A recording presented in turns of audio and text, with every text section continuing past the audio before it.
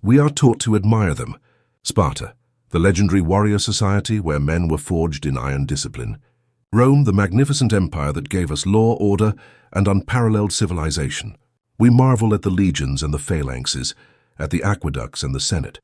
These are the pillars of the ancient world, celebrated for their strength and their achievements. But history is a structure built on a hidden foundation.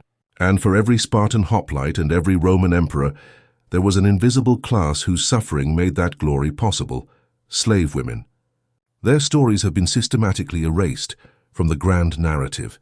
But if we listen closely to the silence, if we examine the cold evidence left behind, we can uncover a far darker truth. This is not a story of random cruelty. It is a story of state-sanctioned torture, meticulously designed to uphold the very fabric of these societies.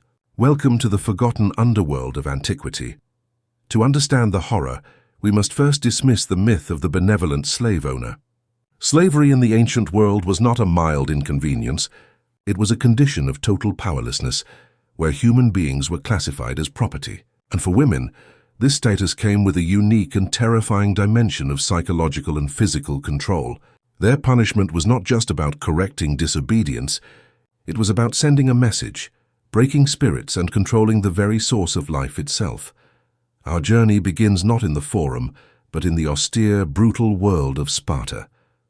The Spartans, we are told, were disciplined and strong. But their society was a pressure cooker of paranoia, built on a foundation of a vastly outnumbered class of helots. To maintain control, the Spartans institutionalized terror. Young Spartan men, the Cryptia, were tasked with a grim rite of passage, to secretly hunt and kill the strongest helots as a form of population control. But for helot women, the threat was more intimate and insidious. Archaeological evidence from the Taygetus Mountains suggests sites of execution and exposure. But the true punishment was woven into daily life. Helot women were systematically used for state-controlled reproduction. Strong, healthy women were compelled to bear children for Spartan soldiers, a cold eugenic policy that treated them as breeding stock to fuel the perpetual war machine. Their bodies were not their own. They were instruments of the state. Resistance was met with public exemplary punishment, designed to terrify the entire helot population into submission. The goal was not just to punish an individual, but to annihilate any hope of defiance across the entire class. The Spartan mirage of equality and strength was, in reality, predicated on the systematic degradation of enslaved women.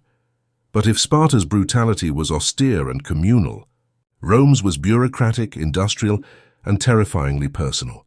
The Roman Empire turned slavery into a complex economic engine, and within this system, the punishment of enslaved women was codified, detailed, and shockingly cruel. The Roman legal principle was clear. Damage to a slave was primarily damage to property. This created a perverse incentive for non-disfiguring punishments that maximized pain without reducing economic value. This led to inventions of horrific specificity, a dark taxonomy of pain engineered to maximize suffering while preserving the slave as a functioning economic asset. The infamous tunica molesta, a simple tunic soaked in flammable pitch, was a prime example of this calculated cruelty. When an enslaved woman was accused of a capital crime like witchcraft or poisoning, a fear that often stemmed from a master's paranoia or her own covert resistance, she was forced into this combustible shroud. The subsequent immolation was a public spectacle, a vivid message to the entire servile population about the fate that awaited those who transgressed. The agony was not just physical. It was designed to erase the victim's humanity utterly, transforming a person into a shrieking torch as a warning to others. This was terror as civic policy. But perhaps the most psychologically devastating and pervasive weapon was the systematic use of sexual violence as a fundamental tool of control. Under Roman law, an enslaved woman was not a person but a res, a thing. Her body was an extension of her master's property, and as such, she had no legal standing to refuse his advances or those of any free man he permitted. This was not an abuse of the system, it was the system functioning as intended. Resistance was therefore framed not as a defense of bodily autonomy, which she did not legally possess, but as damage to property, a willful devaluation of her master's assets. The repercussions for such defiance, or for a pregnancy that was inconvenient, or seen as evidence of a relationship with another slave without the master's consent, were meticulously brutal. The range of punishments was a menu of horrors tailored to break the will. A woman could be subjected to forced abortions through violent, life-threatening methods, a brutal assertion of control over her reproductive capacity. A more prolonged punishment was sale to a state-sanctioned brothel, a fate considered a living death that combined relentless sexual exploitation with brutal working conditions until she was discarded. For more routine infractions, the tertiary punishment was employed, a cyclical torment where the victim was first whipped to the point of excruciating pain, then forced to spend hours turning the massive millstone in a prison-like pistrinum, a task that ripped the skin from her hands and placed unbearable strain on the back and joints, only to be whipped again upon collapse from exhaustion. This cycle of pain and forced labor was designed to shatter the spirit through relentless physical torment, a punishment that left no permanent disfiguring marks but inflicted deep, lasting trauma. The true sprawling scale of this horror is etched not in grand monuments, but in the silent, chilling testimony of the everyday. A mundane wooden writing tablet uncovered at Vindolanda, in Roman Britain, a routine legal document for the sale of human property, casually records the transaction of an enslaved woman named Fortunata. Among her listed attributes, the seller coldly warrants her as healthy and not liable to wander.